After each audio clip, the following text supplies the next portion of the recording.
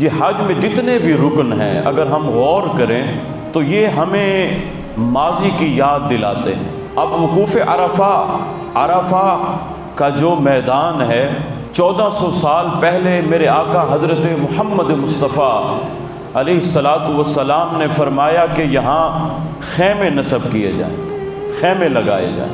آج بھی آپ 1400 سال بعد جا کے دیکھیں، حالانکہ عالی شان محلات قائم ہو سکتے تھے، لیکن چونکہ میرے نبی حضرت محمد مصطفیٰ علیہ الصلاۃ والسلام نے فرمایا، اللہ نے اس کو حج کے رکن میں سے ایک رکن بنا دیا۔ فرمایا قیامت تک آنے والے مسلمان اگر یہاں پہنچیں تو وہ بھی خیمے نصب کریں، کیونکہ میرے نبی نے خیمے نصب کیے۔ تو حضور آقا علیہ الصلاۃ والسلام کی گویا کہ میرے آقا نے جو جو عمل کر کے دکھایا، صحابہ کرام علیہم السلام کو اللہ نے وہ دین بنا دیا۔ اگر آپ مختصر الفاظ میں پوچھنا چاہیں دین کی تعریف کیا ہے، میرے آقا حضرت محمد مصطفیٰ علیہ الصلاۃ والسلام کے قول و فعل کا نام دین ہے۔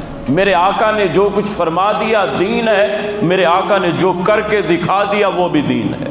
تو آج بھی وہاں خیمے نصب کیے گئے، آج بھی وقوف عرفہ میرے آقا حضرت محمد مصطفیٰ علیہ الصلاۃ والسلام نے جیسے کر کے دکھایا، میرے آقا کے اصحاب نے جس طرح نمونہ بن کے دکھایا، اسی طرح آج بھی وہی طریق جاری و ساری ہے۔ آج بھی ہر ایک مسلمان میرے آقا کا ایک ایک غلام، میرے آقا کا امتی اسی یاد کو بجا لا رہا ہے، اسی یاد کو پھر دوبارہ زندہ کر رہا ہے۔ تو یہ ماضی کی یاد ہے حج دراصل،